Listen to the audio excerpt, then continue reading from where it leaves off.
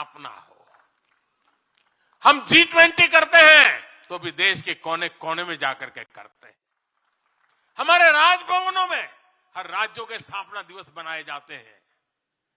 कोई भी राज्य भवन होगा, नागालैंड का भी वहां स्थापना दिवस मनाया जाएगा और गुजरात का भी मनाया जाएगा, महाराष्ट्र का भी मनाया जाएगा, गोवा का भी मनाया जाएगा। हर राजभवन में राष्ट्रीय एकता का एक प्रकार से उत्सव बना दिया जाता है। हम अपनी विविधता को सेलिब्रेट करते हैं। एक भारत श्रेष्ठ भारत की भावना हमारे दिल के बहुत करीब है। इसे मजबूत बनाने के लिए हम काम करते हैं। साथियों, एक भारत श्रेष्ठ भारत की भावना हमारी गवर्नेंस में भी दिखाती है। हर क्षेत्र के विकास पर हमारा पूरा फोकस है। नॉर्थ ईस्ट का उदाहरण आपके सामने है। पहले की सरकारों में नॉर्थ ईस्ट को पूरी तरह अनदेखा कर दिया गया क्योंकि पार्लियामेंट की सीटें कम है, उनका इंटरेस्ट ही नहीं था। हम वोट और सीटों के हिसाब से काम नहीं करते। मेरे लिए तो मेरे देश का हर कोना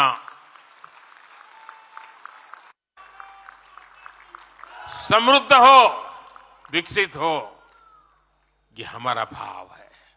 आज चाहे सियाचिन हो या फिर देश के आकांक्षी जिले हो, कोई हमसे दूर नहीं है। वो गांव जिन्हें पहले आखिरी गांव कहा जाता था, हमारे लिए देश के वो पहले गांव बन गए।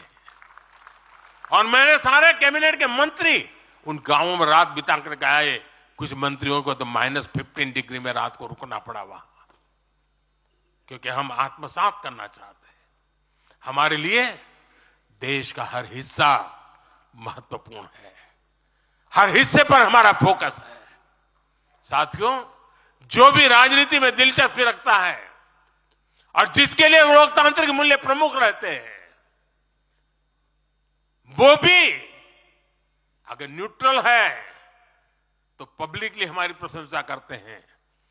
न्यूट्रल नहीं है तो खानगी में तो कर ही देते हैं।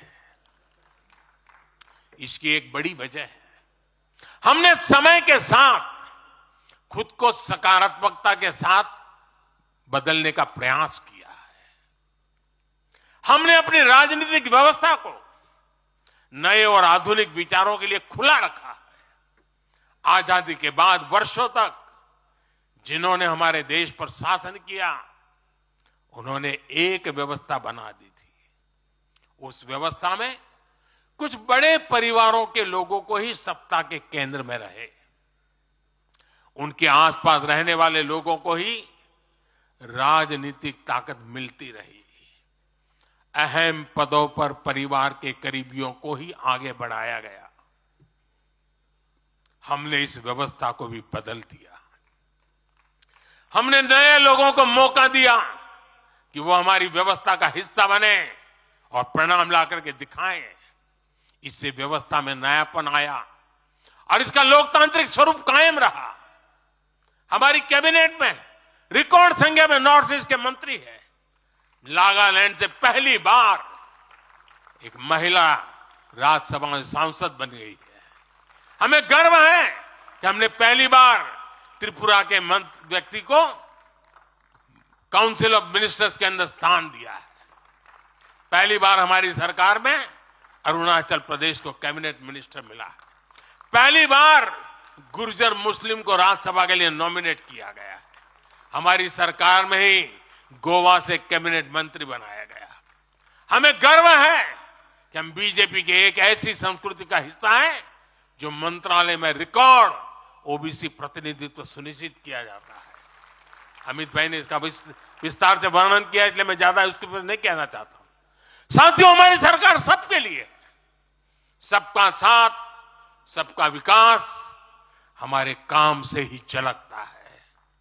हमें गर्व होता है जब करतारपुर साहिब कॉरिडोर के द्वारा लाखों सिख श्रद्धालुओं की आध्यात्मिक इच्छाएं पूरी होती है।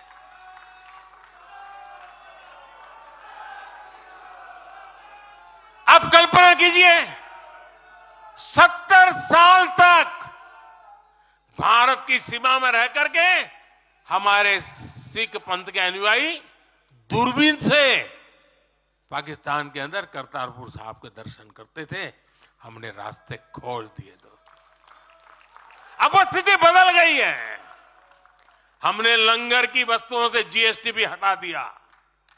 हमने स्वर्ण मंदिर के लिए एफसीआई रजिस्ट्रेशन सुनिश्चित किया, जिससे विदेशियों को सेवा करने का अवसर मिला है।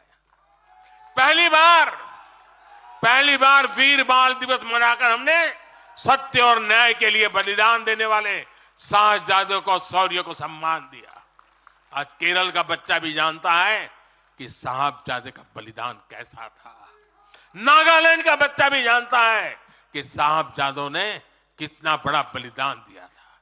साथियों, अफगानिस्तान से भी गुरु ग्रंथ साहब के स्वरूपों को पूरे सम्मान के साथ भारत लाए।